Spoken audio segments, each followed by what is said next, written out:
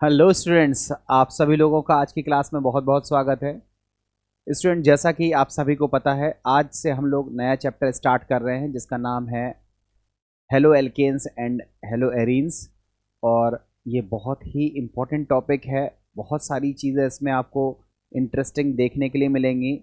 और इस लेसन को अगर आप अच्छे से पढ़ लेते हो तो जो नेक्स्ट चैप्टर्स हमारे आएंगे, फिर चाहे वो अल्कोहल, फिनॉल्स, ईथर हो, या फिर वो कंपाउंड्स आपका एल्डिहाइड, कीटोन, कार्बोक्सिलिक एसिड हो, या फिर एमीन वाला चैप्टर्स हो, एमीन्स है that means nitrogen containing organic compounds वाला लेसन हो, या फिर बायोमोलिक्यूल्स हो, कहीं ना कहीं आपको इस चैप्टर की हेल्प मिलेगी और आपको आगे के चैप्टर काफ़ी आसान हो जाएंगे पढ़ना।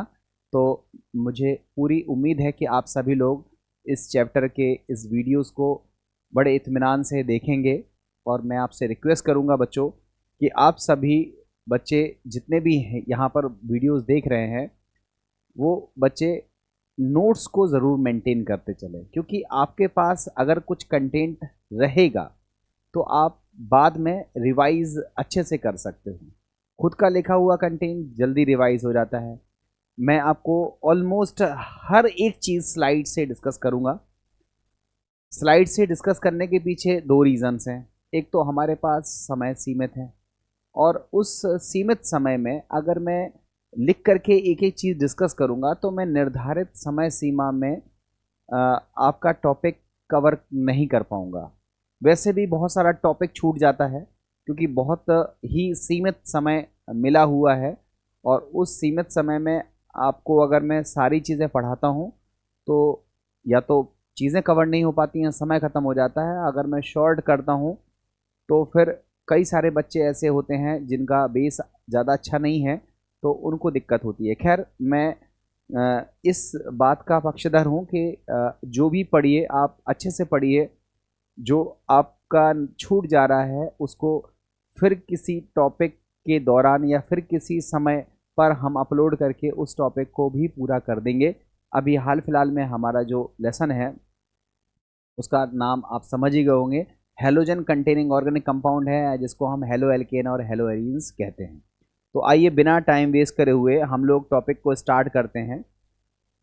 स्टूडेंट्स, सबसे पहले हम बात करते हैं थोड़ा सा मैं स्पीड लूँगा और कोशिश करूँगा कि थोड़ा सा जल्दी टॉपिक को मैं कवर कर ले जाऊँ, ठीक है। तो सबसे पहले हम बात करेंगे ये हेलो एल्केन्स और हेलो एरीन्स होते क्या हैं। हेलो एल्केन्स और हेलो एरीन्स होते क्या हैं, ये हम लोगों को सबसे पहले सीखना होगा। तो बच्चों, आप सभी को पता है, देखो एल्केन, एल्केन आप सब जानते हो, आर एच, इसको लिखते हो एल्केन। और ए आर एच, या तो आप ए आर एच लिखो या फिर आप C6H6 लिखो, या फिर आप ये स्ट्रक्चर बना दो, इसको अपन लोग कहते हैं बेंजीन, ठीक है। अब अगर इस एल्केन में से हम H को हटाकर हैलोजन को जोड़ दें तो क्या बन जाता है, RH। इसको हम लोग पढ़ते हैं हेलो एल्केन्स। और अगर बेंजीन में से H को हटाकर हैलोजन को लगा देते हैं तो बन जाता है ARX, जिसको हम लोग लिख सकते हैं C6H5X, C6H5X, या फिर हम लोग लिख सकते हैं रिंग के साथ X। इसको हम लोग पढ़ते हैं हेलो एरीन्स, ठीक है। तो आई थिंक बच्चों आपको एक चीज़ तो समझ में आ गई होगी कि एल्केन्स के हेलो डेरिवेटिव्स हेलो एल्केन्स कहलाते हैं, और एरीन के, बेंजीन के हेलो डेरिवेटिव्स हेलो एरीन्स कहलाते हैं। जनरल रिप्रेजेंटेशन आर एक्स या ए आर एक्स होता है, या फिर रिंग के साथ एक्स होता है। अब अगर हम इसकी डिटेल में, मतलब आई मीन ये कोई फिक्स नहीं है, मान लो 2x हुए तो उसको डाई हेलो डेरिवेटिव्स बोलेंगे, ठीक है। तो मैं आपको एक सिंपल रिप्रेजेंटेशन बताने की कोशिश कर रहा हूं कि एल्केन्स के जो हेलो डेरिवेटिव्स होते हैं उन्हें हम हेलो एल्केन्स कहते हैं, और जो एरीन होता है, जो बेंजीन होता है, उसका जो हेलो डेरिवेटिव्स होता है उसे हम क्या बोलते हैं, हेलो एरीन।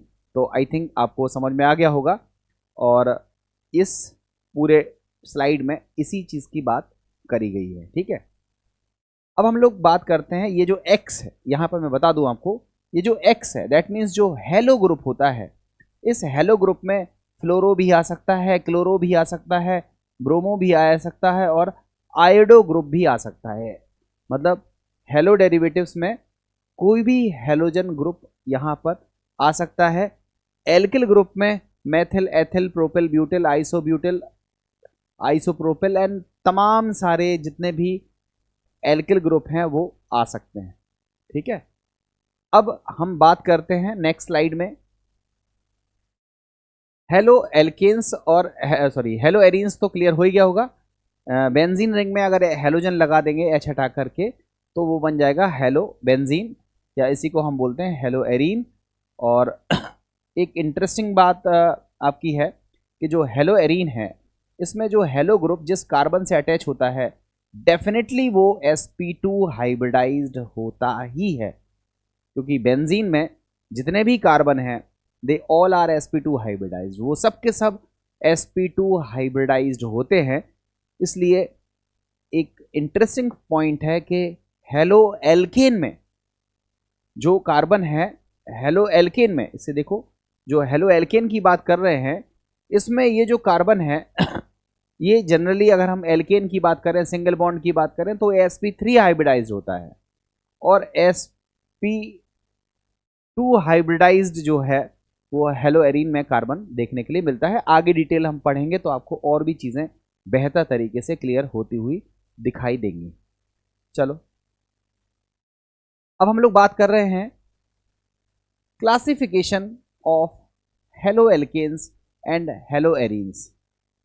हमने हेलो एल्केन्स और हेलो एरीन को किस तरह से बांटा है उसके लिए क्लासिफिकेशन को आप देखिए सबसे पहले लिखा है नंबर ऑफ हेलोजन्स प्रेजेंट। जो हेलोजन्स हैं वो कितने मौजूद हैं, एक हेलोजन है, दो हेलोजन है, तीन हेलोजन है। जो नंबर ऑफ हेलोजन्स हैं उनकी संख्या के आधार पर हम सबसे पहला डिवीज़न सीखते हैं, और दूसरा ये है कि hybridization of carbon in CX bond. जो हेलोजन ग्रुप है वो जिस कार्बन से अटैच है उस कार्बन पर हाइब्रिडाइजेशन कौन सा है, इन दोनों बातों के आधार पर हम कई तरह से डिवाइड कर सकते हैं। और उस डिवीज़न्स को आप देखिए, सबसे पहला डिवीज़न हमने यहाँ पर आपको बताने की कोशिश करी है। सबसे पहला जो डिवीज़न है उसमें आप देखो, depending on the number of halogen presents. सबसे पहले मोनो हेलो एल्केन्स या मोनो हेलो एरीन्स, दूसरा है डाई हेलो एल्केन्स या डाई हेलो एरीन्स, और तीसरा है पॉली हेलो एल्केन्स या पॉली हेलो एरीन्स। नाम से ही पता चल रहा है ऐसा हेलो एल्केन या ऐसा हेलो एरीन जिसमें केवल एक हेलोजन ग्रुप मौजूद हो। एक हेलोजन होना चाहिए तो वो मोनो होगा, दो होंगे तो वो डाई होगा, और तीन होंगे या तीन से ज़्यादा होंगे तो वो क्या कहलाएगा, पॉली हेलो एल्केन्स या पॉली हेलो एरीन्स कहलाएगा। अब देखते हैं नेक्स्ट डिवीजन देखते हैं। यहां देखो, mono halo alkanes and monohaloarenes दिख रहा है। देखो ये एथिल है, इस पर एक हेलोजन लगा हुआ है। ये देखो, ये बेंजीन रिंग नहीं है, ये साइक्लोहेक्सेन है, और इस पर केवल एक हेलोजन लगा हुआ, एक हेलो ग्रुप लगा हुआ है। तो ये क्या है, मोनो हेलो एल्केन्स या मोनो हेलो एरीन्स हैं। अगर हम इसको बेंजीन रिंग बना दें तो इसको बोलेंगे मोनो हेलो एरीन।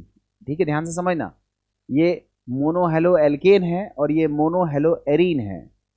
जब देखो डाई हेलो एल्केन की बात करेंगे तो देखो दो दो हेलोजन हैं। अब वो दो हेलोजन कहाँ रहते हैं वो बात की चीज़ है, बट फिलहाल यहाँ पर दो दो हेलोजन यहाँ दिख रहे हैं, तो ये डाई हेलो एल्केन है। और अगर ये बेंजीन रिंग बना दें हम, तो आप खुद देखो दो दो हेलो ग्रुप बेंजीन रिंग से अटैच हैं, तो ये डाई हेलो एरीन है, ये डाई हेलो एल्केन है। तो बच्चों डाई हेलो एल्केन समझ में आ गया होगा। अब अगर हम डाई हेलो एल्केन्स की बात करें तो ये दो प्रकार के होते हैं। फर्स्ट इज विसिनल, जिसको हम शॉर्ट में विक कहते हैं, और दूसरा होता है जेमिनल, जिसको हम शॉर्ट में जेम कहते हैं। विक और जेम ये दो शब्द बहुत प्रचलित हैं। इन दोनों को कैसे सीखेंगे? देखो, दो हेलो ग्रुप होंगे तो वो डाई हेलो एल्केन्स कहलाएंगे या डाई हेलो एरीन्स कहलाएंगे, ठीक है। अब अगर वो दो हेलो ग्रुप जो है, अगर वो दो हेलो ग्रुप जो है वो एक ही कार्बन पर है, तो उसको हम बोलेंगे जेमिनल। और अगर अगल बगल के दो कार्बन पर दो हेलो ग्रुप मौजूद हैं, तब हम उसको क्या बोलेंगे? विसिनल या विक। तो देखो, विसिनल डाई हेलाइड्स में सबसे पहले आप एग्जाम्पल देखो, ये हेलोजन एक कार्बन पर है और दूसरा हेलोजन उसके बगल वाले कार्बन पर है। तो जब दो हेलो ग्रुप एडजेसेंट कार्बन पर प्रेजेंट रहते हैं, तब हम उसको बोलते हैं विसिनल डाई हेलाइड, ठीक है। तो देखो लिखा हुआ है, vicinal die halides are the compounds that have halogens on adjacent carbon. Adjacent carbon मतलब अगल बगल के कार्बन पर दो हेलो ग्रुप अगर रहेंगे, तब हम उसको विसिनल डाई हेलाइड्स कहेंगे। अब बात करते हैं दूसरा, जिसमें हम बात करते हैं जेमिनल डाई हेलाइड की। देखो लिखा है, लिखने से पहले देखो, ये हेलो ग्रुप जिस कार्बन से जुड़ा हुआ है उसी कार्बन से दूसरा हेलो ग्रुप भी जुड़ा हुआ है। मतलब जब एक ही कार्बन पर दो दो हेलो ग्रुप मौजूद होंगे, तब हम इसको जेमिनल डाई हेलाइड कहेंगे, ठीक है। लिखा है, geminal di halides are the compounds that have halogens on the same carbon. Clear हुआ? पॉली हेलो एल्केन्स या पॉली हेलो एरीन को समझना सरल है। They have more than two halogen. जब दो से ज्यादा हेलोजन होंगे तो उसको हम क्या बोलेंगे? Poly halogens compounds. और इनके नाम में अगर तीन है तो ट्राई लगेगा, चार है तो टेट्रा लगेगा, एन तमाम सारी बातें। देखो ये हेलो ग्रुप हैं, अगर ये तीन हेलो ग्रुप हैं तो ये ट्राई हेलो डेरिवेटिव है या कहें तो पॉली हेलो डेरिवेटिव है। यहां अगर हम देखें तो चार चार हेलो ग्रुप लगे हुए हैं, तो ये टेट्रा हेलो डेरिवेटिव है, टेट्रा हेलो एरीन है। बट टेट्रा वर्ड जरूरत पड़े तब लिखिए, अभी फिलहाल इसको हम पॉली हेलो एल्केन या पॉली हेलो एरीन में शामिल कर ले रहे हैं। तो बच्चों आई थिंक आपको इतनी चीज समझ में आ गई होगी कि एल्केन या एरीन के जो हेलो डेरिवेटिव्स होते हैं उन्हें हम हेलो एल्केन या हेलो एरीन कहते हैं। और अगर हम बात करें इनके डिविजन्स की, तो नंबर ऑफ हेलोजन ग्रुप के बेस पर हम इसको mono halo alkane, die halo alkane और पॉली हेलो एल्केन्स में क्लासीफाई कर सकते हैं। और उनके एग्जाम्पल कौन कौन से हैं वो एग्जाम्पल आपको समझ में आ गए होंगे। इसमें डाई हेलो एल्केन्स जब हमने पढ़ा तो हमने देखा कि डाई हेलो एल्केन्स को हम फर्दर दो भागों में बांट सकते हैं। उसमें से एक था विसिनल डाई हेलाइड, जिसमें अगल बगल के या दो एडजेसेंट कार्बन के ऊपर दो हेलो ग्रुप रहेंगे तो हम उसको बोलते हैं विसिनल डाई हेलाइड। और अगर एक ही कार्बन पर दो दो हेलो ग्रुप मौजूद हों, तब हम उसको जेमिनल डाई हेलाइड्स की कैटेगरी में रखते हैं। दो से ज़्यादा अगर हेलो ग्रुप मौजूद हैं, तब हम उसको पॉली हेलो एल्केन्स की कैटेगरी में रखते हैं। पॉली हेलो एल्केन्स में ट्राई हेलो एल्केन्स या tri halo arenes, tetra halo alkanes या टेट्रा हेलो एरीन्स, इन तमाम सारे आ जाते हैं। इन सबको हम बोलते हैं पॉली हेलो एल्केन या पॉली हेलो एरीन्स। अब बच्चों हम लोग आगे का टॉपिक क्लियर करें उससे पहले दो तीन छोटी छोटी बातें आपको और आनी चाहिए, ठीक है। या कहें तो हम हेलो एल्केन के दूसरे क्लासिफिकेशन की बात कर रहे हैं। दूसरे तरह का क्लासिफिकेशन है, अब नंबर ऑफ हेलोजन तो एक ही है, मगर जिस कार्बन से वो अटैच है वो कार्बन दो तरह का हो सकता है। या तो वो कार्बन sp3 हाइब्रिडाइज्ड होगा, या फिर वो जो कार्बन है वो sp2 हाइब्रिडाइज्ड होगा। दो ही चीजें हो सकती हैं, इधर sp3 हाइब्रिडाइज्ड कार्बन से हेलो ग्रुप अटैच है, इधर और sp2 हाइब्रिडाइज्ड कार्बन से हमारा हेलो ग्रुप अटैच है। उस बेस पर हमने इसको दो तीन भागों में बांटा है, एक एक करके देखते हैं। सबसे पहले देखो, क्लासिफिकेशन में ही हम बात कर रहे हैं, hybridization of carbon in CX bond, इसके बेस पर बांट रहे हैं। The compounds containing the sp3 hybridized CX bonds are mainly covered under three categories। अगर कार्बन sp3 हाइब्रिडाइज्ड है, मतलब ये जो हेलोजन ग्रुप है ये जिस कार्बन से अटैच है, अगर वो sp3 हाइब्रिडाइज्ड है तो फिर हम उसको तीन भागों में बांट सकते हैं। कौन कौन सा? एक है एल्किल हैलाइड, दूसरा है एलाइलिक हैलाइड्स, और तीसरा है बेंजिलिक हैलाइड्स। सबसे पहले हम एल्किल हैलाइड की बात करते हैं। एल्किल हैलाइड को हम कॉमनली रिप्रेजेंट करते हैं RX से। इसके अगर हम एग्जाम्पल की बात करें तो R की वैल्यू बदलते जाइए, methyl, ethyl, chloride, bromide, iodide, कुछ भी ले सकते हो।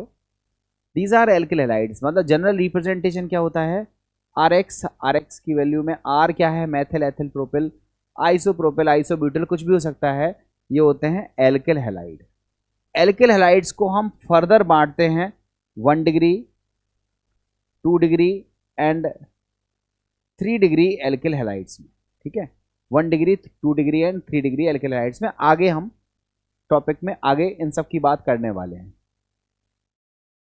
दूसरा होता है एलिलिक हैलाइड्स। बच्चों आगे हम इसके बारे में बता रहे हैं, बट आप ऐसा समझ लो, ये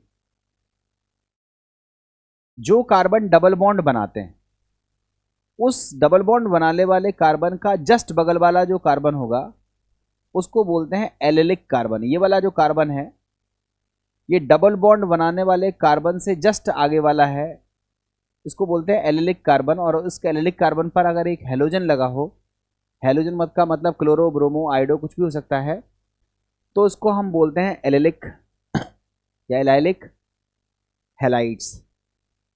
और अगर बेंजीन है, उस बेंजीन को भी देखो, उसमें कार्बन कार्बन के बीच में डबल बॉन्ड है, उससे जस्ट बगल वाला कार्बन इसको बोलते हैं बेंजिलिक। इस वाले कार्बन को बोलते हैं बेंजिलिक कार्बन। और इससे अगर कोई हेलोजन अटैच हो तो उसको हम क्या बोलते हैं? Benzylic halides. तो बच्चों अगर हेलोजन sp3 हाइब्रिडाइज्ड कार्बन से अटैच है तो वो तीन तरह का हो सकता है। या तो वो सिंपल एल्किल हैलाइड होगा, या तो वो एलिलिक हैलाइड्स होगा, या एलाइलिक हैलाइड्स होगा, या फिर वो बेंजाइलिक या बेंजिलिक हैलाइड्स होगा। आई थिंक इन तीनों को मैंने समझा दिया है। और अच्छा समझने के लिए आप अगली स्लाइड देखो, उसमें सारी चीज़ें खुद ब खुद क्लियर हैं। सबसे पहले हम बात करते हैं एल्किल मोनोहैलाइड्स की। आप सभी को पता है कि जो एल्केन है उसका फॉर्मूला होता है CnH2n+2, जिसको हम सिंपली लिखते हैं RH। इसको पढ़ते क्या है? एल्केन। अब इस एल्केन में से अगर हमने H को हटा दिया और हैलोजन को लगा दिया तो फॉर्मूला क्या बनेगा? CnH2n+1 X, या फिर इसको हम लिखेंगे RX। और इसको पढ़ेंगे क्या? इसको पढ़ेंगे हम हेलो एल्केन। क्लियर है? तो हेलो एल्केन का जनरल रिप्रेजेंटेशन RX होता है, general molecular formula CnH2n+1 X होता है। एक हेलोजन होता है इसलिए इसको हम मोनो हेलो एल्केन्स भी कहते हैं, और इसको हम रिप्रेजेंट करते हैं RX से। ये तीन तरह का होता है, primary, secondary and tertiary. Primary halo alkanes या एल्किल हैलाइड्स क्या होते हैं? अगर हैलोजन ऐसे कार्बन से अटैच है जिसमें कम से कम 2 हाइड्रोजन मौजूद हैं, तब हम उसको बोलते हैं प्राइमरी हेलो एल्केन्स या एल्किल हैलाइड। अगर हैलोजन ऐसे कार्बन से अटैच है जिसमें एक हाइड्रोजन मौजूद है, तब उसको हम बोलते हैं सेकेंडरी एल्किल हैलाइड या सेकेंडरी हेलो एल्केन। और अगर हेलो ग्रुप हमारे ऐसे कार्बन से अटैच है जिसमें एक भी हाइड्रोजन नहीं है, सारे के सारे एल्किल ग्रुप हैं जो उस कार्बन से अटैच्ड हैं, तब हम उसको बोलेंगे टर्शरी या तृतीयक एल्किल हैलाइड या halo alkanes, tertiary halo alkanes. ठीक है, तो आई थिंक बच्चों यही बातें यहाँ लिखी हुई हैं, इन बातों को समझ में आ रहा होगा। देखो, halogen is bonded to an alkyl group forming homologous series. पढ़ लीजिएगा, पूरा पूरा है, आप प्राइमरी के बारे में समझ ले। इसमें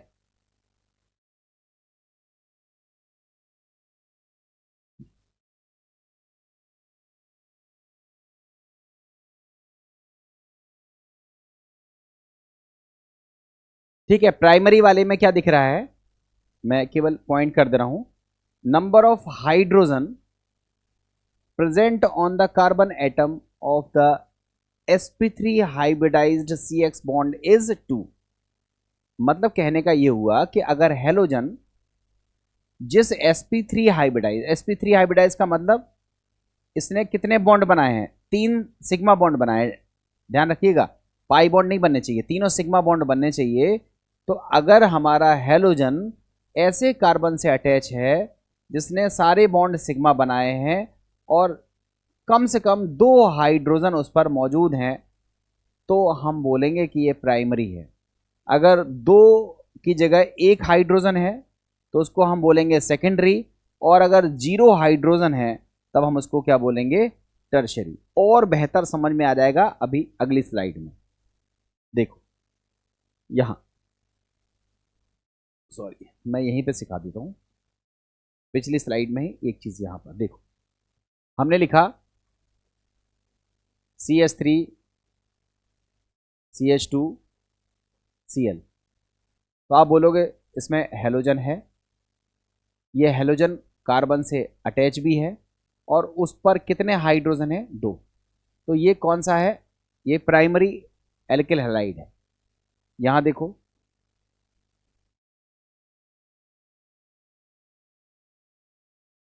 कहोगे हैलोजन है, sp3 हाइब्रिडाइज्ड कार्बन से अटैच है और उस पर 1 हाइड्रोजन है, तो इसको हम बोलेंगे 2 डिग्री। और अगर इसको देखें CH3 CH3 CH3 Cl, तो कहोगे हैलोजन है, sp3 हाइब्रिडाइज्ड कार्बन से अटैच है और उसमें 3 एल्किल ग्रुप मौजूद हैं, हाइड्रोजन नहीं है एक भी, इसको हम बोलेंगे 3 डिग्री एल्किल हैलाइड। तो I think primary secondary tertiary पहचानना आपको आता है। अब प्राइमरी सेकेंडरी टर्सरी के बाद यहां देखो, मैंने आपको बताया था ना, कार्बन कार्बन जो डबल बॉन्ड बनाते हैं उससे जस्ट बगल वाला कार्बन होता है एलेलिक कार्बन, और अगर उससे हैलोजन मौजूद है तो उसको हम बोलेंगे एलेलिक हैलाइड या एलाइलिक हैलाइड्स। तो देखो एलाइलिक हैलाइड्स क्या होते हैं, the halogen atom is bonded to an sp3 hybridized carbon atom which is directly attached to a carbon carbon double bond. Clear, ये देखो ये एलाइलिक है, ये भी एलाइलिक है, देखो डबल बॉन्ड से जस्ट लगा हुआ जो कार्बन है उससे हमने क्लोरीन लगाया हुआ है, तो ये एलिलिक है।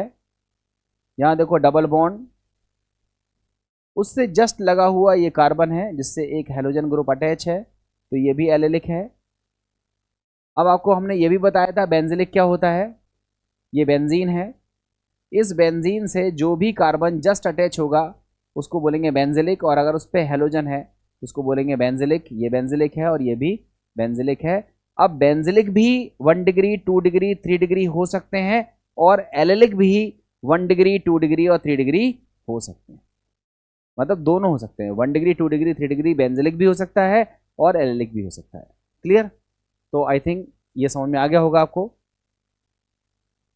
अब इसके बाद करते हैं बात compounds containing sp2 CX bond. मतलब जो CX बॉन्ड है, मतलब जो हेलोजन है, अभी तक हेलोजन जिस कार्बन से अटैच था वो sp3 हाइब्रिडाइज था, मगर अब हेलोजन जिस कार्बन से अटैच है उसका हाइब्रिडाइजेशन कौन सा है? sp2।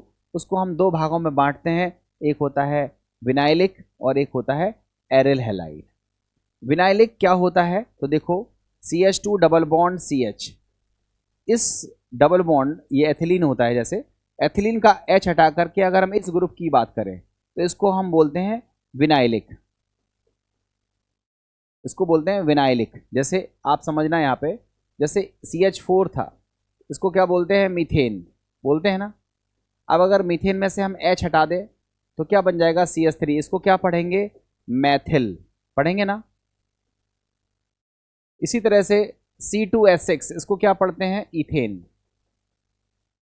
और अगर इथेन में से हम H को हटा दें, C2H5 बना दें, तो इसको क्या बोलेंगे? एथिल। ठीक है, तो आई थिंक आपको एक चीज समझ में आ रही होगी, एथिल मैथिल ये समझ में आ रहा है। उसी तरह से अगर एथिलीन में से, ये एथिलीन है या एथीन है, इस एथीन में से अगर हम H हटा दें तो ये जो ग्रुप डेवलप होता है इसको बोलते हैं विनाइलिक या विनाइलिक। ठीक है, और एरिल हैलाइड तो आपको पता ही है, ये बेंजीन है जिसको हम एरीन भी कहते हैं। और अगर इससे मतलब X जो है वो डायरेक्टली बेंजीन रिंग से अटैच हो, हेलो ग्रुप जो है वो डायरेक्टली बेंजीन रिंग से अटैच हो, तो इसका मतलब है कि वो कार्बन कार्बन डबल बॉन्ड से डायरेक्टली अटैच है, मगर चूंकि ये बेंजीन रिंग है इसलिए इसको हम क्या बोलते हैं? Aryl halide. तो आई थिंक आपको विनाइलिक और एरिल हैलाइड समझ में आ रहा होगा कि ये अलग तरह के हेलो एरीन्स होते हैं या हेलो एल्केन्स होते हैं, जिसमें हेलो ग्रुप जो होता है वो sp2 हाइब्रिडाइज्ड कार्बन से लगा रहता है। ये सब हेलोजन कंटेनिंग ऑर्गेनिक कंपाउंड्स हैं। अब देखो वही चीज़ यहाँ लिखी हुई है, विनाइलिक हैलाइड्स क्या है? लिखा है halogen atom is attach to sp2 hybridized carbon atom of a carbon carbon double bond. ठीक है, ये हेलोजन ग्रुप है, ये जिस कार्बन से जुड़ा हुआ है वो sp2 हाइब्रिडाइज्ड है और कार्बन कार्बन डबल बॉन्ड बनाया हुआ है। ठीक है, तो ये वाला पोजीशन विनाइलिक है, ये वाला पोजीशन भी देखो विनाइलिक है, तो ये विनाइलिक हैलाइड्स है, ये विनाइलिक हैलाइड्स है, ये एरिल हैलाइड्स है। अब एरिल हैलाइड में हेलोजन को बेंजीन रिंग से डायरेक्टली अटैच होना चाहिए। यहाँ देखो हेलोजन ग्रुप है वो बेंजीन रिंग से डायरेक्टली अटैच है, तो ये कौन सा है?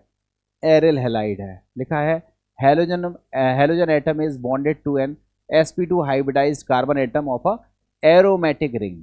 ठीक है, तो आई थिंक आपको ये समझ में भी आ गया होगा।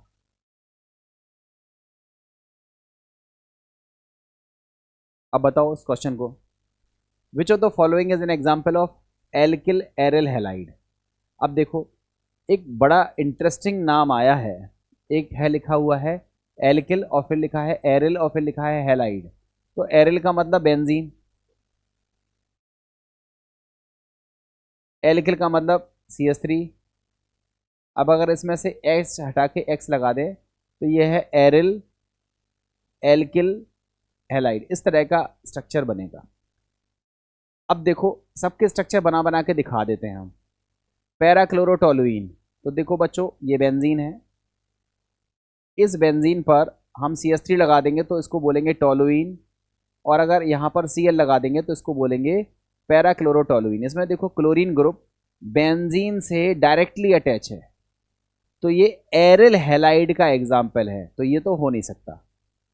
इसको देखो क्लोरोबेंजीन, बेंजीन और इससे Cl लगा दिया तो इसको बोलेंगे क्लोरोबेंजीन।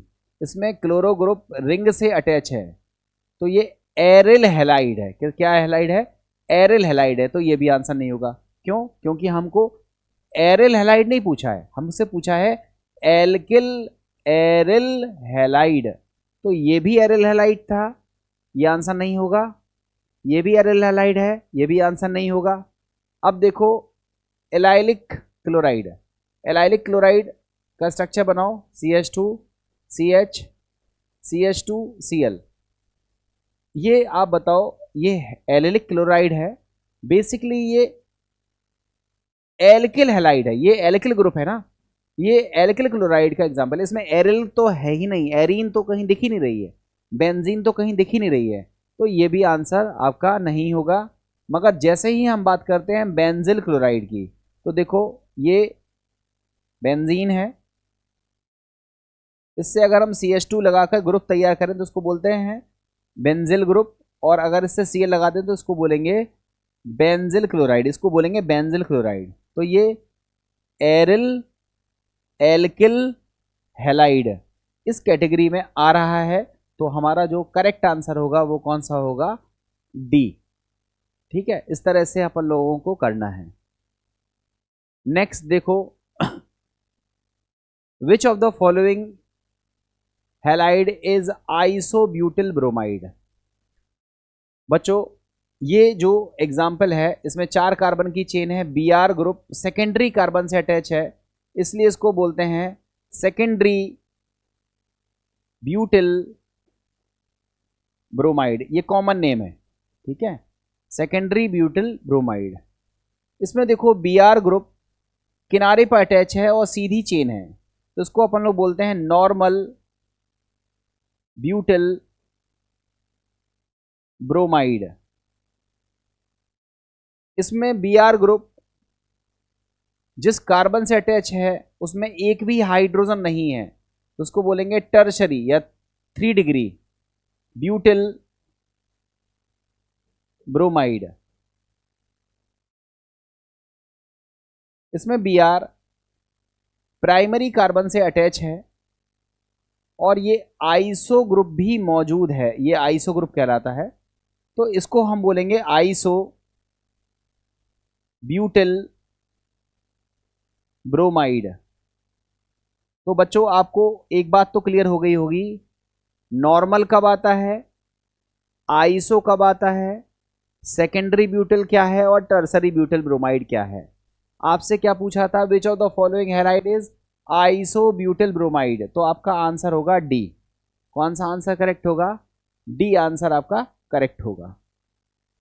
ठीक है, ये आपका करेक्ट आंसर है डी। नेक्स्ट देखो, अब हमें हेलो एल्केन्स क्या होती हैं, हेलो एरीन्स क्या होती हैं, हेलो एल्केन और हेलो एरीन को हम किस तरह से क्लासिफाई करते हैं, ये बातें आपको प्रॉपर तरीके से समझ में आ गई होंगी। अब हम लोगों को methods of preparations halo alkanes के सीखने हैं।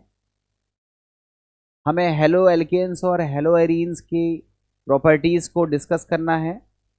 इन सब प्रॉपर्टीज़ को डिस्कस करने के लिए हमें कुछ रिक्वायरमेंट होती है। रिक्वायरमेंट कुछ इस तरह की होती है कि पहले हम बॉन्ड किस तरह के देखने के लिए मिलते हैं, पहले हमें थोड़ी सी उस चीज़ को समझने की ज़रूरत होती है। इसलिए जो हमारा नेक्स्ट टॉपिक है वो है नेचर ऑफ CX बॉन्ड। जो हमारा कार्बन हैलोजन का जो बॉन्ड होता है वो किस नेचर का होता है। बच्चों इसमें बहुत ज़्यादा तामझाम करने की ज़रूरत तो नहीं है, बहुत आराम से आपको समझ में आएगा। ये जो हैलोजन है ये इलेक्ट्रोनेगेटिव एटम होता है, more electronegative halogen atom. Halogen atom की जो इलेक्ट्रोनेगेटिविटी होती है वो कार्बन से ज़्यादा होती है, और कार्बन क्या है, लेस इलेक्ट्रोनेगेटिव कार्बन एटम। अब जिसकी इलेक्ट्रोनेगेटिविटी ज़्यादा होती है वो इस शेयरिंग इलेक्ट्रॉन को अपनी तरफ खींचने लगता है, और जब अपनी तरफ खींचता है तो इसके ऊपर पार्शियल नेगेटिव आता है और कार्बन के ऊपर कैसा आता है, पार्शियल पॉजिटिव, और ये बॉन्ड हमारा पोलर नेचर का हो जाता है। जब भी partial positive partial negative develop होता है तो हम कहते हैं कि इसमें पोलर नेचर डेवलप हो गया। तो वही बातें यहाँ लिखी हुई हैं कि जो हमारा कार्बन हैलोजन का जो बॉन्ड होता है वो पोलर नेचर का होता है। तो लिखा है the CX bond is polar in nature. अब क्यों होता है, लिखा है the polarity positive charge is develop on the less electronegative carbon atom and the polarity negative charge is developed on the halogen atom. इतनी बात तो क्लियर हो गई। अब अगर हम बात करें आगे की, तो पोलर नेचर होने की वजह से किस तरह की सिचुएशंस डेवलप होती हैं या किस तरीके के क्वेश्चंस आपसे पूछे जाते हैं। तो आपसे पहला क्वेश्चन तो यही पूछ सकता है कि फॉर एग्जांपल हमारे पास 4 बॉन्ड हैं, एक है CF, दूसरा है CCl, तीसरा है CBr और चौथा है CI। हम आपसे पूछे कि कौन सा ज़्यादा पोलर है, कौन सा कम पोलर है। मतलब जो कार्बन हैलोजन में जो हैलोजन ग्रुप है, अगर हम उसको बदल दें तो क्या पोलरिटी बदल जाएगी? बोलोगे डेफिनेटली बदल जाएगी। भाई F की इलेक्ट्रोनेगेटिविटी सबसे ज़्यादा होती है, तो बताओ सबसे ज़्यादा पोलर नेचर किसका होगा? CF का। CF के बाद नंबर किसका आएगा? CCl का, फिर CBr का, और फिर किसका आएगा? CI का आएगा। तो पोलरिटी का जो डिक्रीजिंग ऑर्डर है वो सबसे ज़्यादा पोलर कौन है? CF, फिर CCl, फिर CBr और फिर CI।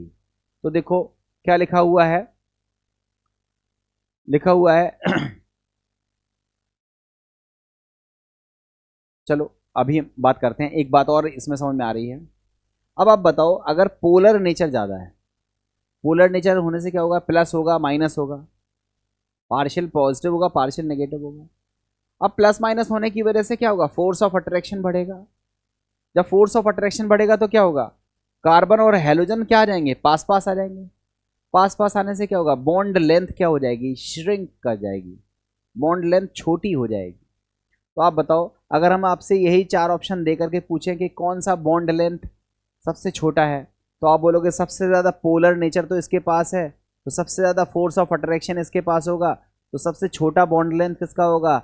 CF का, और सबसे बॉन्ड लेंथ लंबा किसका होगा? CI का। क्लियर है ना? तो आपसे जो चीज़ें पूछी गई हैं, उन पूछी हुई चीज़ों को आप एक एक करके देखो। पहला पॉइंट क्या लिखा हुआ है? The polarization of CX bond is increases when the electronegativity difference between carbon and halogen increases। तो इलेक्ट्रोनेगेटिविटी का ऑर्डर क्या है? सबसे ज़्यादा इलेक्ट्रोनेगेटिव F है, फिर Cl है, फिर Br है और फिर I है। तो इलेक्ट्रोनेगेटिविटी का डिफरेंस अगर बढ़ेगा तो पोलर नेचर बढ़ जाएगा। तीसरे पॉइंट में क्या लिखा है? Higher the electronegativity of an atom greater is the tendency to pull a pair of electron towards itself, thus it leads to a reduction in bond length। ठीक है। as a result लिखा है CX bond length increases down the group। तो देखो सबसे छोटा bond किसका होता है? CF का। CF से बड़ा बॉन्ड किसका है? CCl का। CCl से बड़ा बॉन्ड किसका है? CBr का। और सबसे बड़ा बॉन्ड किसका है? CI का। तो बॉन्ड लेंथ का आपसे ऑर्डर पूछ सकता है। सबसे छोटा बॉन्ड होता है CF, सबसे बड़ा बॉन्ड होता है CI। लिखा है shorter the bond length result in strong bond between higher bond enthalpy. अब आप बताओ, सबसे छोटा बॉन्ड ये है, तो अब हम आपसे पूछ रहे हैं कि बॉन्ड को ब्रेक करना है। बॉन्ड को ब्रेक करने के लिए जो भी एनर्जी की रिक्वायरमेंट होती है उसको हम बोलते हैं बॉन्ड डिसोसिएशन एनर्जी या बॉन्ड एंथैल्पी। तो आप खुद से सोचो कि एक लंबी लकड़ी है, उसको तोड़ना है, टूट जाएगी। लकड़ी के 2 हिस्से हो गए, आधा हिस्सा फेंक दीजिए, आधा हिस्सा बचा, तोड़ दीजिए, तो लकड़ी और छोटी हो गई। अब हम आपको एक छोटी सी लकड़ी दे कहें तोड़ो इसे, तो जब वो छोटी हो जाएगी तो तोड़ना थोड़ा मुश्किल हो जाएगा। बड़ी लकड़ी थी, तोड़ना आसान था। तो कहने का हमारा यहाँ पर मतलब है कि जो बॉन्ड जितना छोटा होता है उस बॉन्ड को तोड़ना उतना कठिन होता है। तो आप बताओ सबसे ज़्यादा बॉन्ड एंथैल्पी किसकी होगी? तो आप बोलोगे CF की। सबसे कम बॉन्ड एंथैल्पी किसकी होगी? CI की। तो बॉन्ड एंथैल्पी का जो ऑर्डर है वो क्या हो जाएगा? तो देखो लिखा है the order of bond enthalpy. सबसे ज़्यादा बॉन्ड एंथैल्पी किसकी है? CF की, फिर CCl की, फिर CBr की और फिर CI की। तो बच्चों इसमें 3 चीज़ें आपने यहाँ सीखी। पहली चीज़ तो सीखी आपने कि जो कार्बन और हैलोजन का जो बॉन्ड होता है वो पोलर नेचर का होता है। क्यों होता है उसका रीज़न भी आपको पता है कि इलेक्ट्रोनेगेटिविटी का डिफरेंस होने की वजह से जो शेयर्ड पेयर इलेक्ट्रॉन्स हैं वो इलेक्ट्रोनेगेटिव एटम की तरफ शिफ्ट हो जाते हैं, जिसकी वजह से partial negative partial positive charge develop हो जाता है और कार्बन हाइड्रोजन का जो बॉन्ड होता है वो पोलर नेचर का होता है। दूसरी बात आपने सीखी कि जितना ज़्यादा इलेक्ट्रोनेगेटिविटी का डिफरेंस होगा उतना ज़्यादा पोलर नेचर का बॉन्ड होगा। जैसे सबसे ज़्यादा इलेक्ट्रोनेगेटिविटी का डिफरेंस सी और एफ के बीच में देखने के लिए मिलेगा, तो सबसे ज़्यादा पोलर बॉन्ड कौन सा होगा, सी एफ, और सबसे कम पोलर बॉन्ड कौन सा होगा, तो वो लोग सी आई। क्लियर। तीसरी बात आपने क्या चीज़ सीखी कि जो पोलर बॉन्ड होता है, मतलब अगर पोलरिटी डेवलप होती है, पोलरिटी ज़्यादा होती है, तो फोर्स ऑफ अट्रैक्शन बढ़ जाता है, और फोर्स ऑफ अट्रैक्शन बढ़ने की वजह से वो एटम न्यूक्लियाई क्या आ जाते हैं, नज़दीक आ जाते हैं, बॉन्ड लेंथ क्या हो जाती है, डिक्रीज हो जाती है। जितना ज़्यादा पोलर नेचर का बॉन्ड होगा उसका बॉन्ड लेंथ उतना छोटा होगा। और फिर नेक्स्ट बात आपने सीखी कि जितना छोटा बॉन्ड होगा, जितना ज़्यादा पोलर नेचर का होगा उतना छोटा बॉन्ड होगा, और उस बॉन्ड को तोड़ने में उतनी ज़्यादा एनर्जी लगेगी, दैट मीन्स बॉन्ड एंथैल्पी का वैल्यू उतना ही ज़्यादा होगा। तो सबसे ज़्यादा बॉन्ड एंथैल्पी किसकी होती है, सी एफ की, देन सी बी आर, फिर सी एफ, फिर सी सी एल, फिर सी बी आर और फिर सी आई। ये बॉन्ड एंथैल्पी का भी ऑर्डर आपको आना चाहिए। अब इंटरेस्टिंग पॉइंट आता है इसके बाद, ये है ज़बरदस्त पॉइंट और बहुत पूछा जाता है ये, ठीक है। इस पॉइंट में हम बात कर रहे हैं किसकी, डाइपोल मोमेंट की। अब देखो थोड़ा सा, ये हमारे पास C है और ये X है। आपको पता है यहाँ पार्शियल नेगेटिव आने वाला है, यहाँ पार्शियल पॉजिटिव आने वाला है। क्यों आने वाला है, क्योंकि इनके बीच में इलेक्ट्रोनेगेटिविटी का क्या देखा जाता है, डिफरेंस। इतनी बात तो क्लियर है। अब आप बताओ, आपको पता है कि जो डाइपोल मोमेंट होता है जिसको हम बोलते हैं म्यू, म्यू बराबर क्या होता है, charge. Charge means Q into distance. जो चार्जेस हैं, अपोजिट चार्जेस हैं, इनके बीच की जो डिस्टेंस है, दैट इज जो बॉन्ड लेंथ है, उसको हम बोलते हैं डिस्टेंस। उस डिस्टेंस का जो मल्टीप्लिकेशन होगा उसको हम बोलेंगे डाइपोल मोमेंट। तो डाइपोल मोमेंट क्या होता है, डाइपोल क्या होता है, तो आप बोलोगे किसी भी मॉलिक्यूल में अगर इस तरह की सिचुएशन देखने के लिए मिल जाए कि एक हिस्सा प्लस है या पार्शियल पॉजिटिव है, दूसरा हिस्सा नेगेटिव है या पार्शियली नेगेटिव है, दो तरह के पोल्स डेवलप हो जाए, तो उसको हम क्या बोलते हैं, डाइपोल्स। और डाइपोल में एक टर्म होता है डाइपोल मोमेंट। तो डाइपोल मोमेंट क्या होता है कि जो चार्ज है उसका अमाउंट इनटू चार्जों के बीच में जो डिस्टेंस है उसका अगर हम मल्टीप्लाई कर दें तो जो भी क्वांटिटी हमारे पास आएगी Q इंटू डी कहलाएगी, और इसे हम बोलेंगे डाइपोल मोमेंट। आवेश और उनके बीच की दूरी के गुणनफल को हम बोलते हैं द्विध्रुव आघूर्ण या डाइपोल मोमेंट। तो आप खुद से बताओ, जो डाइपोल मोमेंट है वो दो बातों पर निर्भर कर रहा है, एक तो चार्ज पर और दूसरा डिस्टेंस पर। अब देखो, वैसे तो सबसे ज़्यादा चार्ज किसके पास होता है, सी एफ के पास। सबसे ज़्यादा चार्ज किसके पास होता है, सी एफ के पास, क्योंकि इलेक्ट्रोनेगेटिविटी का डिफरेंस सबसे ज़्यादा है सी और एफ के बीच में। तो सबसे ज़्यादा डाइपोल मोमेंट किसका होना चाहिए, सी एफ का होना चाहिए।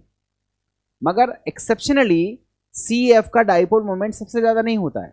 सबसे ज़्यादा डाइपोल मोमेंट किसका होता है, सी सी एल का, फिर सी एफ का, फिर सी बी आर का, फिर सी आई का। याद रखना बच्चों, डाइपोल मोमेंट का ऑर्डर थोड़ा अटपटा है, सी एफ से शुरू नहीं हुआ, सी सी एल से शुरू हुआ। मतलब सबसे ज़्यादा डाइपोल मोमेंट किसका होता है, सी सी एल का, उसके बाद सी एफ, उसके बाद सी बी आर, उसके बाद सी आई। अगर कोई पूछे ऐसा क्यों हुआ या इसके पीछे का जो क्रम है वो क्या है, तो आप बोलोगे नो डाउट सी और एफ के बीच में क्यू का वैल्यू ज़्यादा है। यहाँ पर क्यू का वैल्यू ज़्यादा है, मगर यहाँ पर क्यू का वैल्यू तो कम है। यहाँ क्यू का वैल्यू ज़्यादा होने की वजह से बॉन्ड लेंथ सक्रिय हो गई, बॉन्ड लेंथ नैरो हो गई, मतलब कह रहे हो कि बॉन्ड लेंथ डी का वैल्यू घट गया। तो सी एफ में दो ऑपोजिट इफेक्ट लग रहे हैं, क्यू तो ज़्यादा है मगर डी कम है, तो जिसका ओवरऑल इम्पैक्ट क्या होता है कि इसका डाइपोल मोमेंट घट जाता है। सी सी एल में क्या होता है, क्यू नो डाउट कम है मगर डी का वैल्यू ज़्यादा होता है। सी सी एल की जो बॉन्ड लेंथ होती है वो ज़्यादा होती है, तो क्यू घटा मगर डी ज़्यादा बढ़ गया। इसकी वजह से जो नेट रिजल्ट है क्यू इंटू डी का, वो सी सी एल के लिए ज़्यादा पाया गया। तो बच्चों, बॉन्ड ऑर्डर का सीक्वेंस याद करके रखना। सबसे ज़्यादा डाइपोल मोमेंट, बॉन्ड ऑर्डर कह रहा हूँ, सबसे ज़्यादा डाइपोल मोमेंट जो है वो किसका होता है, सी सी एल का, उसके बाद सी एफ, उसके बाद सी बी आर, और लास्ट में क्या होता है, सी आई। तो बच्चों, ये पॉइंट्स आप अच्छे से याद कर लीजिएगा। इस पूरी स्लाइड में इन्हीं सब बारे में बताया गया है। अब हम बॉन्ड डाइपोल मोमेंट के बाद बात करते हैं कुछ एक्स्ट्रा टर्म्स की, जिसमें हम बात कर रहे हैं nucleophilic substitution reactions in hello compounds. तो बच्चों पहले रिएक्शंस को समझना है, सीखना है, तब फिर रिएक्शंस पर जाना है। देखो बच्चों, जब हम आपको मैकेनिज्म सिखा रहे थे तब हमने मैकेनिज्म के दौरान आपको बताया था कि टाइप ऑफ रिएक्शंस के बारे में हम आगे बात करेंगे। हमने अभी आपको हाइड्रोकार्बन डिस्कस किया, उसमें आपको बताया कि जो एल्केन्स होती हैं वो तो सैचुरेटेड होती हैं, वो सब्स्टिट्यूशन रिएक्शन को शो करती हैं। सब्स्टिट्यूशन रिएक्शन का मतलब है एक ग्रुप हट रहा है और उसकी जगह कोई दूसरा ग्रुप आ जा रहा है, तो उसको बोलते हैं सब्स्टिट्यूशन रिएक्शन। हमने एल्कीन को डिस्कस किया, आपको बताया था कि जो एल्कीन है, एल्काइन है, वो अनसैचुरेटेड होती हैं, डबल बॉन्ड ट्रिपल बॉन्ड देखने के लिए मिलते हैं। तो जो अनसैचुरेटेड एल्कीन्स हैं उनमें कौन सी रिएक्शन देखने के लिए मिलती है? उनमें मिलती है एडिशन रिएक्शन। एडिशन रिएक्शन में क्या होता है? अनसैचुरेटेड पर रिएक्शन होती है, जुड़ जाता है और वो सैचुरेटेड टाइप के कंपाउंड में कन्वर्ट हो जाता है, उसको हम क्या बोलते हैं? Addition reaction. दो तरह की रिएक्शन आपने हाइड्रोकार्बन में डिस्कस करी थी। आपको हाइड्रोकार्बन के दौरान भी डिस्कस किया था कि जो एल्केन है उनका अगर हम हेलोजिनेशन रिएक्शन कराएं, दैट मीन सनलाइट की प्रेजेंस में या हाई टेम्परेचर की प्रेजेंस में हम हेलोजन के साथ रिएक्शन कराएं, तो एक एक करके सारे हेलोजन हटते हैं और Cl आ जाते हैं, तो क्लोरीनेशन, Br आएगा तो ब्रोमिनेशन, I आएगा तो आयोडीनेशन। ये सब आपको डिस्कस किया था। ये सारी रिएक्शन कौन सी थी? ये सारी रिएक्शन थी फ्री रेडिकल सब्स्टिट्यूशन रिएक्शन। अब हम लोग सब्स्टिट्यूशन तो बात कर रहे हैं, मगर सब्स्टिट्यूशन में किसकी बात कर रहे हैं? न्यूक्लियोफिलिक सब्स्टिट्यूशन रिएक्शन की बात कर रहे हैं। न्यूक्लियोफिलिक सब्स्टिट्यूशन रिएक्शन को हम शॉर्ट में एसएन रिएक्शन कहते हैं, और एसएन रिएक्शन में आपको तीन तरह की एसएन रिएक्शन पढ़नी है, SN1, SN2, यही दो पूछी जाती हैं, और एक और रिएक्शन है जिसको हम SNI रिएक्शन कहते हैं। ये टोटल तीनों की तीनों मिला करके कौन सी रिएक्शन है? Nucleophilic substitution reaction. इसमें सब्स्टिट्यूशन तो हो रहा है, सब्स्टिट्यूशन का मतलब है एक ग्रुप हट रहा है, दूसरा ग्रुप जुड़ रहा है। इसमें हटाने वाला ग्रुप जो होता है वो न्यूक्लियोफाइल होता है, इसलिए इस रिएक्शन को हम क्या बोलते हैं? Nucleophilic substitution reaction. उन्हीं के बारे में हमें यहाँ पढ़ना है।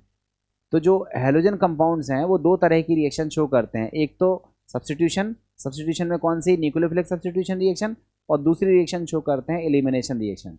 तो पहले हम इन रिएक्शंस को एक एक करके पढ़ेंगे, देन उसके बाद हम बात करेंगे इसके और प्रॉपर्टीज़ के रिगार्डिंग। तो बच्चों आइए सबसे पहले बिना टाइम वेस्ट करे हुए सबसे पहले हम लोग बात करते हैं।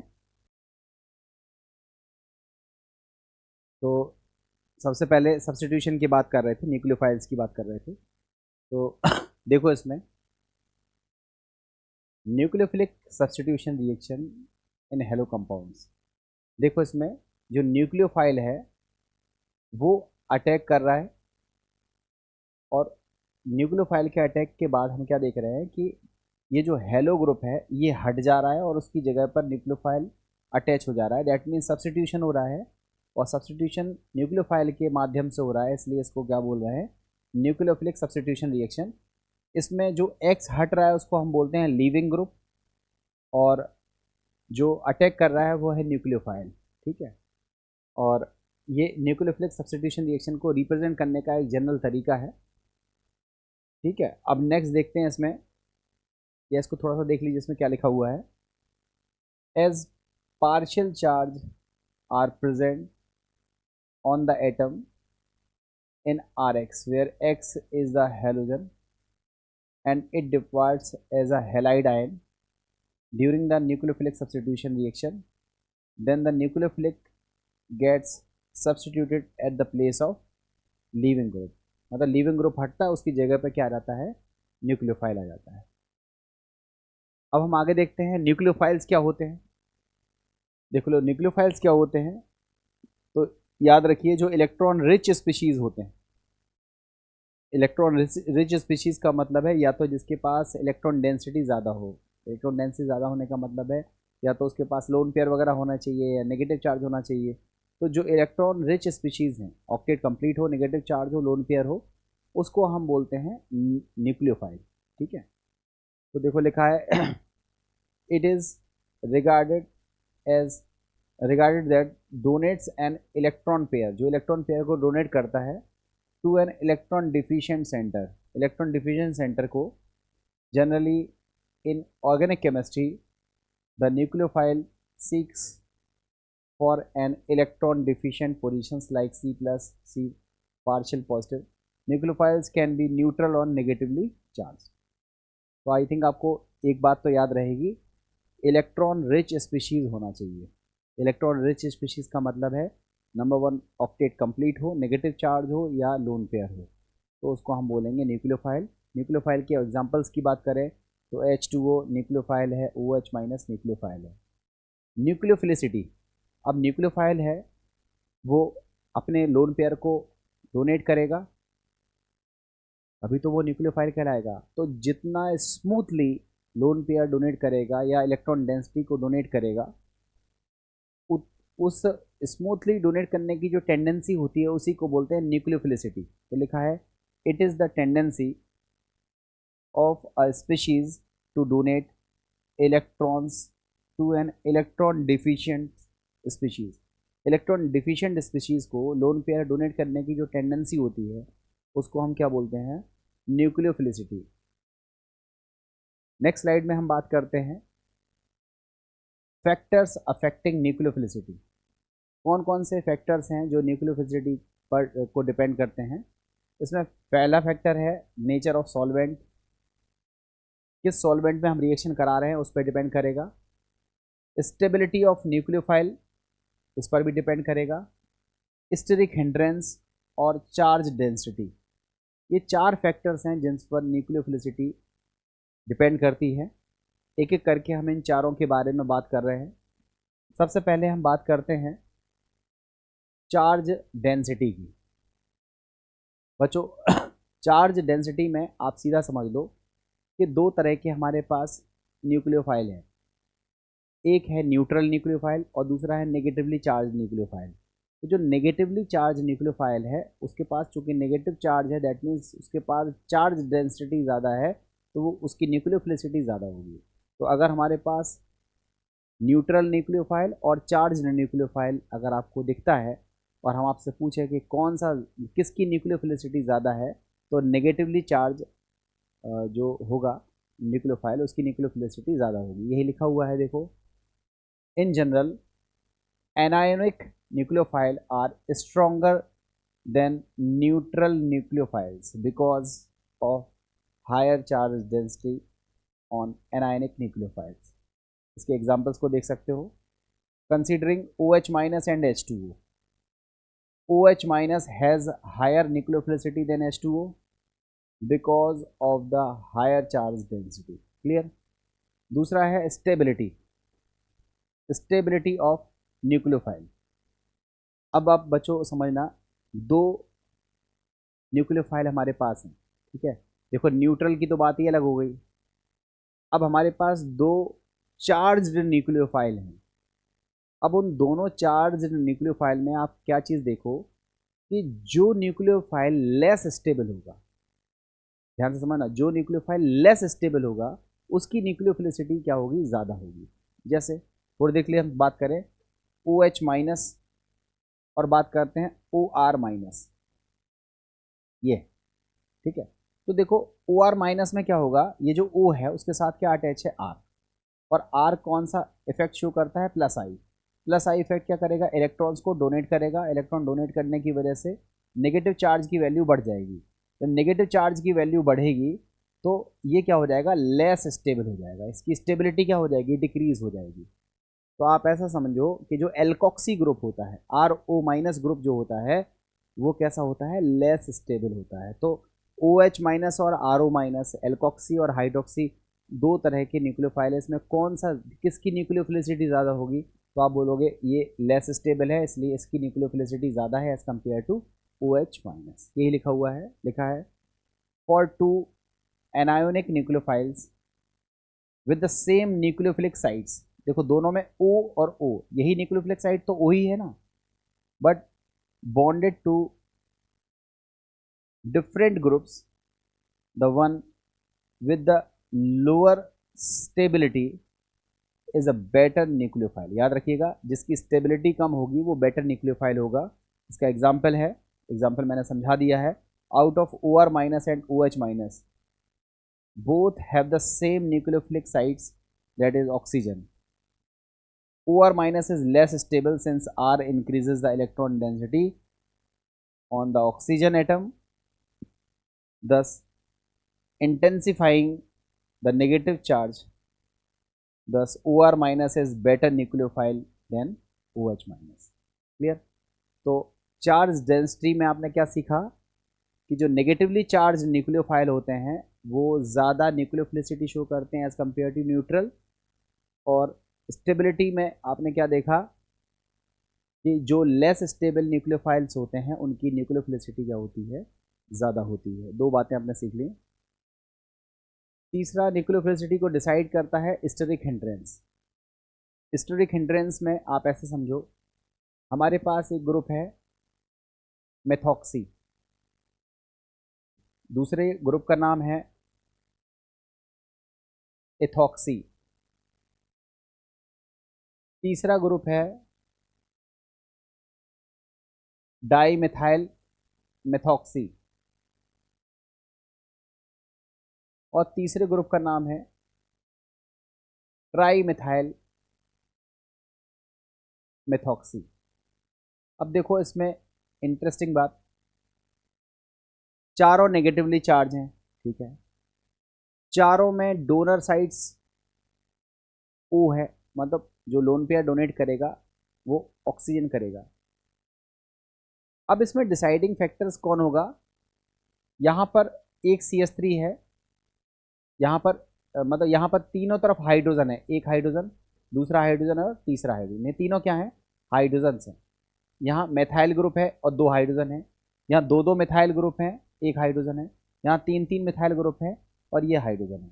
तो जितने बिगर ग्रुप होते हैं, जितने बल्कि ग्रुप होते हैं, जितने हैवी ग्रुप होते हैं, वो हिंड्रेंस प्रोड्यूस करते हैं। हिंड्रेंस प्रोड्यूस करने का मतलब है जो लोन पेयर को डोनेट करने की जो टेंडेंसी है न्यूक्लियोफाइल की, वो टेंडेंसी कम हो जाती है जब बल्कि ग्रुप या हेवियर ग्रुप या कहें तो बिगर साइज ग्रुप जो है वो अटैच होते हैं। तो जितना ज़्यादा हिंड्रेंस होगा, स्टेरिक हिंड्रेंस होगा, उसकी न्यूक्लियोफिलिसिटी उतनी कम हो जाएगी। तो बताओ इन चारों में सबसे बेहतरीन न्यूक्लियोफाइल कौन सा है, मेथॉक्सी, सेकंड नंबर पर इथॉक्सी, फिर थर्ड नंबर पर डाई मिथाइल मेथॉक्सी, फिर फोर्थ नंबर पर ट्राई मिथाइल मेथॉक्सी। तो जितना ज़्यादा स्टेरिक हिंड्रेंस होगा उसकी न्यूक्लियोफिलिसिटी क्या हो जाएगी, कम हो जाएगी। लिखा है as the steric hindrance around the nucleophile sites increases the strength of the nucleophilicity decreases. Consider methoxy, dimethyl methoxy and trimethyl methoxy. In methoxy, there is less steric repulsion for the nucleophilic sites, that is the oxygen atom.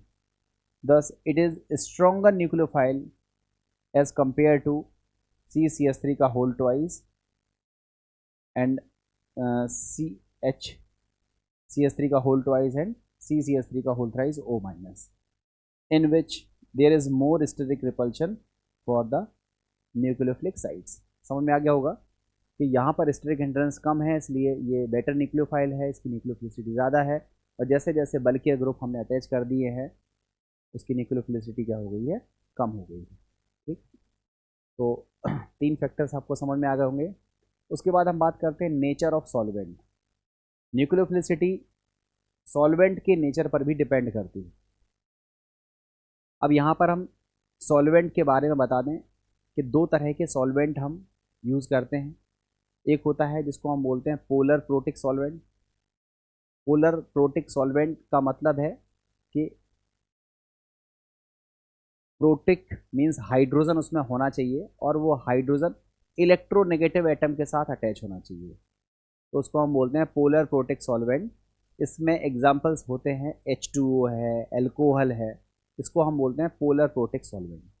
और polar aprotic solvents क्या होते हैं, जो polar तो होते हैं, means उसमें electronegativity का डिफरेंस तो देखने के लिए मिलता है, मगर एप्रोटिक मतलब उसमें इलेक्ट्रोनेगेटिव एटम से हाइड्रोजन अटैच नहीं होता है, तो उसको हम बोलते हैं polar aprotic solvent. Polar protic solvent का जो एग्जाम्पल है, सॉरी पोलर एप्रोटिक सॉल्वेंट का जो एग्जाम्पल है वो है एसीटोन और DMSO, डाई मिथाइल सल्फोक्साइड। ये आपके दो फेमस पोलर एप्रोटिक सॉल्वेंट हैं, और भी होते हैं डाई मिथाइल फॉर्मामाइड, ये सब भी इसमें पोलर एप्रोटिक में आते हैं, बट जो ज़्यादातर यूज़ होते हैं हम उनके बारे में यहाँ पर बात करेंगे।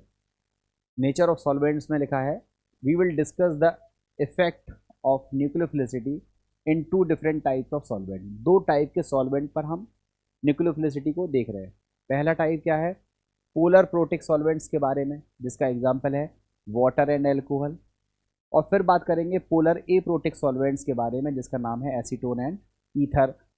एसीटोन ईथर के साथ यहाँ पर आप एक लिख सकते हो DMSO, डाई मिथाइल सल्फोक्साइड, या डाई मिथाइल फॉर्मामाइड, DMF।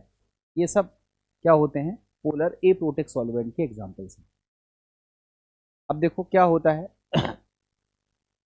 जो पोलर प्रोटिक सॉल्वेंट होते हैं, जो पोलर प्रोटिक सॉल्वेंट होते हैं बेसिकली वो हाइड्रोजन बॉन्ड बनाने की टेंडेंसी रखते हैं, ठीक है। और हाइड्रोजन बॉन्ड बनाने की टेंडेंसी रखने का मतलब है कि जैसे ही न्यूक्लियोफाइल जाएगा, न्यूक्लियोफाइल के चारों तरफ क्या हो जाएंगे, वो इकट्ठे हो जाएंगे, सॉल्वेटेड हो जाएंगे। तो जो न्यूक्लियोफाइल हमारा गया उसका साइज़ क्या हो जाएगा, बढ़ जाएगा।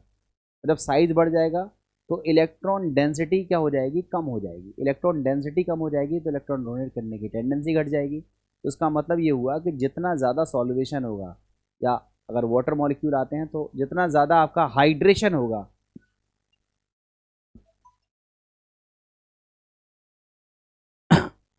तो यहाँ हमने क्या सीखा कि पोलर प्रोटिक सॉल्वेंट जो है वो न्यूक्लियोफाइल को सॉल्वेटेड कर देते हैं, जिसकी वजह से उनका साइज़ बढ़ जाता है, और साइज़ बढ़ने की वजह से उनके ऊपर जो चार्ज डेंसिटी है वो डिक्रीज़ हो जाती है, तो उनकी जो न्यूक्लियोफिलिसिटी है वो डिक्रीज़ कर जाती है, ठीक है।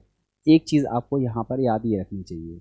और अगर हम पोलर एप्रोटिक सॉल्वेंट लेते हैं तो वहाँ पर क्या होता है, हाइड्रोजन बॉन्ड वो बनाते नहीं है, तो जो न्यूक्लियोफाइल होता है वो किसी भी तरह से सॉल्वेटेड नहीं होता है, वो अपने नेचुरल साइज़ में रहता है।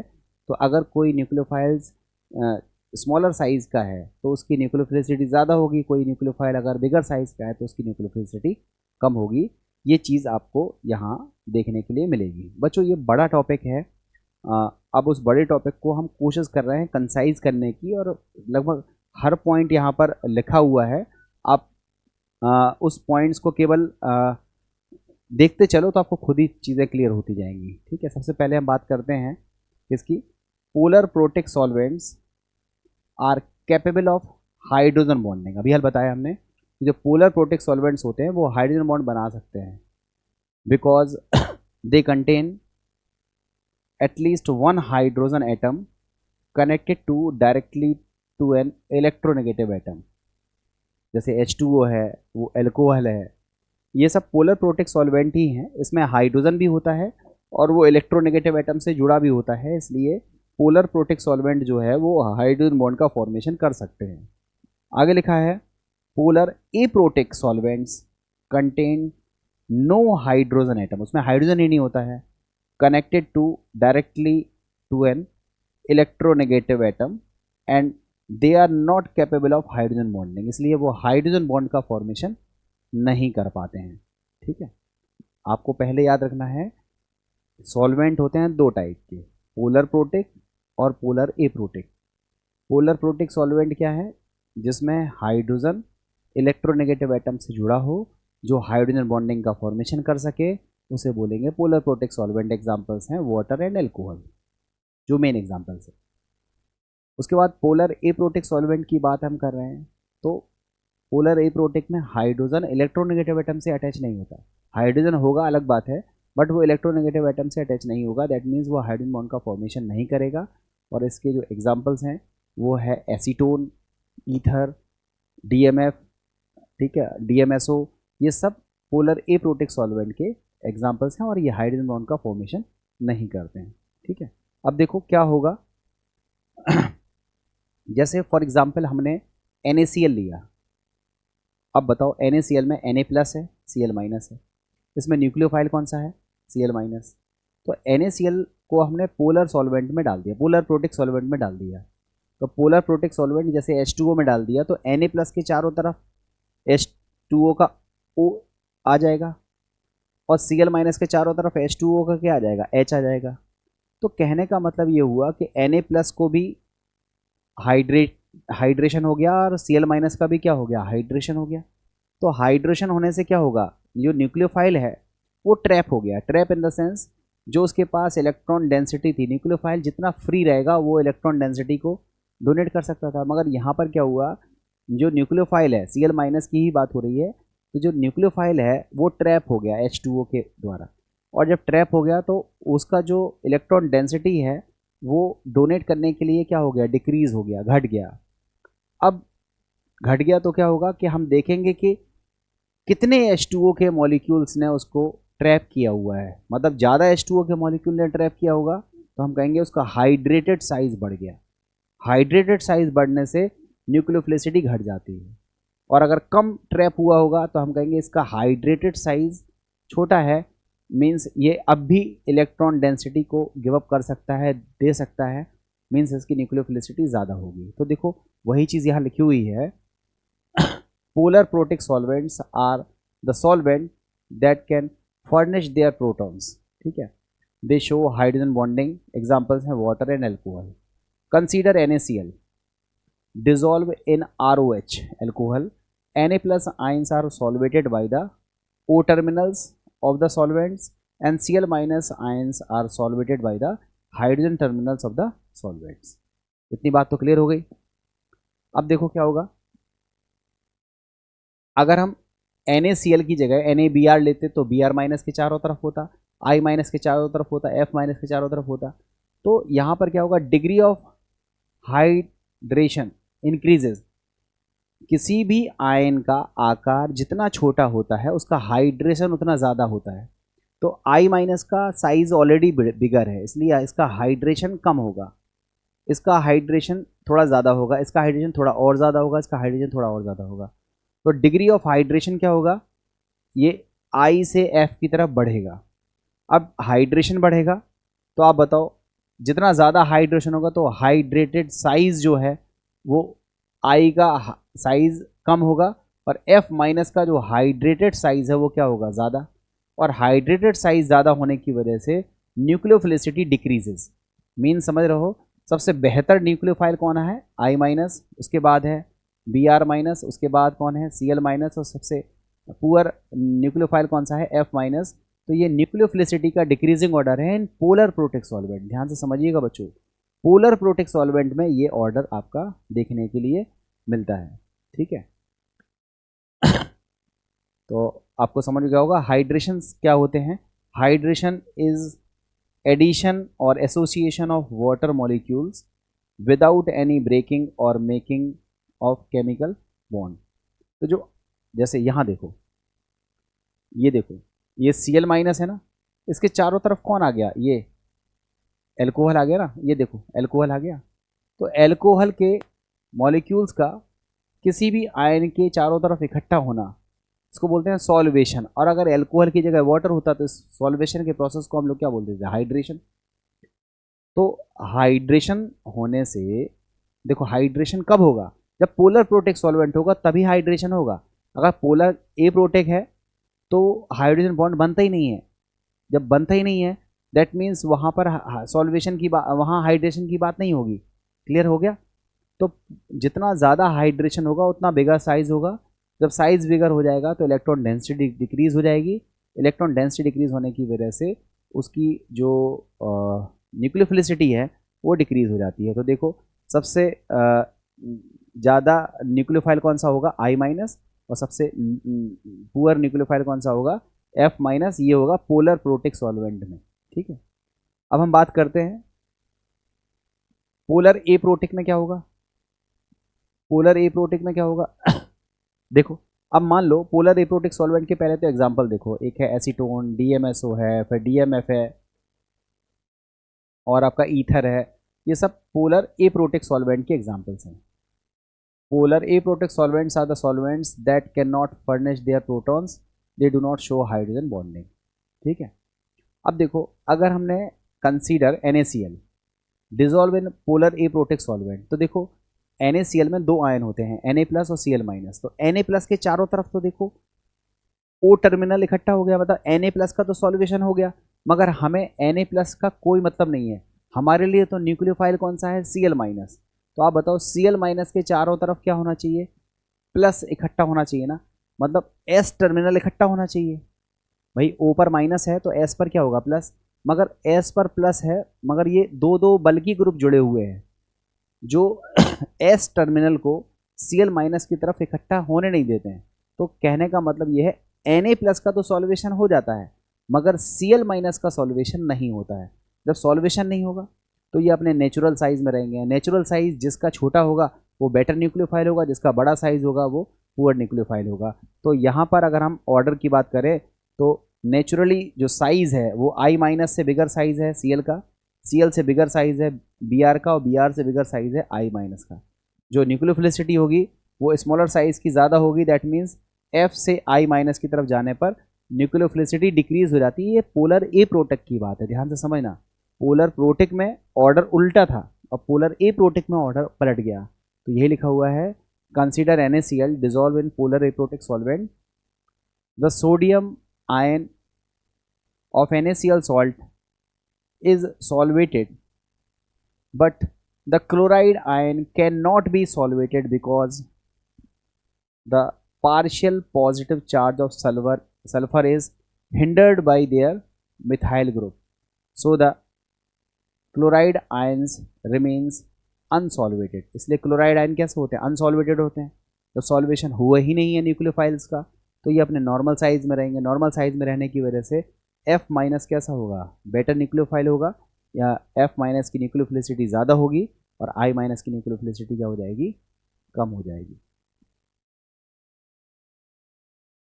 अब देखो न्यूक्लियोफिलिसिटी की बात करें तो न्यूक्लियोफिलिसिटी के बारे में क्या बताया था? Generally tendency of a species to donate pair of electrons is an to an electron deficient species. Lone pair या इलेक्ट्रॉन डेंसिटी को जो डोनेट करने की जो टेंडेंसी होती है उसको हम बोलते हैं न्यूक्लियोफिलिसिटी। अब डोनेट करने की टेंडेंसी, लोन पेयर या नेगेटिव चार्ज को डोनेट करने की टेंडेंसी अगर हाइड्रोजन को होती है, मतलब ये लोन पेयर हाइड्रोजन को डोनेट होता है, तब हम उसको न्यूक्लियोफिलिसिटी ना कहकर कहते हैं बेसिसिटी। और अगर हाइड्रोजन को छोड़ किसी भी अदर एटम पर इलेक्ट्रॉन पेयर का डोनेशन होता है तब हम उसको बोलते हैं न्यूक्लियोफिलिसिटी।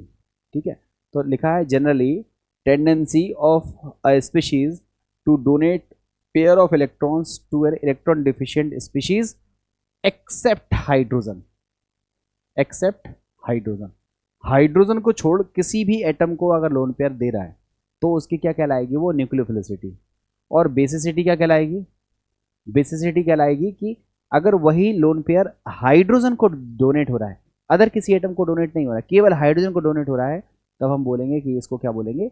बेसिसिटी। ठीक है, तो जो न्यूक्लियोफिलिसिटी है या जो बेसिसिटी है वो उसका जो ऑर्डर होता है वो ग्रुप में और आपके पीरियड में, जब पीरियड में हम जाते हैं कार्बन, कार्बन से नाइट्रोजन, नाइट्रोजन से ऑक्सीजन, ऑक्सीजन से फ्लोरीन, तो जब हम हॉरिजेंटली जाते हैं किसी ग्रुप में लेफ्ट टू राइट मूव करते हैं तो जो न्यूक्लियोफिलिसिटी है वो डिक्रीज करती है, बेसिसिटी भी क्या होती है? डिक्रीज करती है। तो देखो न्यूक्लियोफिलिसिटी का ऑर्डर ये है और वही ऑर्डर किसका है? बेसिसिटी का। मगर जब हम ऊपर से नीचे बात करते हैं up to down in a group, तो न्यूक्लियोफिलिसिटी डिपेंड करती है किस बात पर? सॉल्वेंट पर। पोलर प्रोटिक सॉल्वेंट होगा तो अलग रिजल्ट आएगा, पोलर एप्रोटिक सॉल्वेंट होगा तो अलग रिजल्ट आएगा। तो आई थिंक आपको न्यूक्लियोफिलिसिटी और बेसिसिटी समझ में आ गई होगी। इससे खूब सारे क्वेश्चंस बनते हैं, क्वेश्चंस कीजिएगा तो आपको खुद ही पता चलेंगे। अब हम बात करते हैं SN1 reaction and it's mechanism की। ठीक है, तो SN1 रिएक्शन क्या होती है, SN1 रिएक्शन की मैकेनिज्म क्या है, इसको हम अगली क्लास में कवर करेंगे। आज की क्लास में हम यहाँ तक की चीज़ों को एक बार दोबारा से रिकॉल करेंगे। SN1 SN2 में आप न्यूक्लियोफाइल का अटैक देखोगे, न्यूक्लियोफिलिसिटी की ज़रूरत पड़ेगी, इसलिए न्यूक्लियोफिलिसिटी को हमने सेपरेट टॉपिक लेकर के समझा दिया है। आप घर पे जा कर के इसको लिख लीजिएगा, अपना रिवीजन कर लीजिएगा, और अगली क्लास में हम इसके आगे के टॉपिक को और बेहतर तरीके से क्लियर करने की कोशिश करेंगे। अभी के लिए थैंक यू वेरी मच।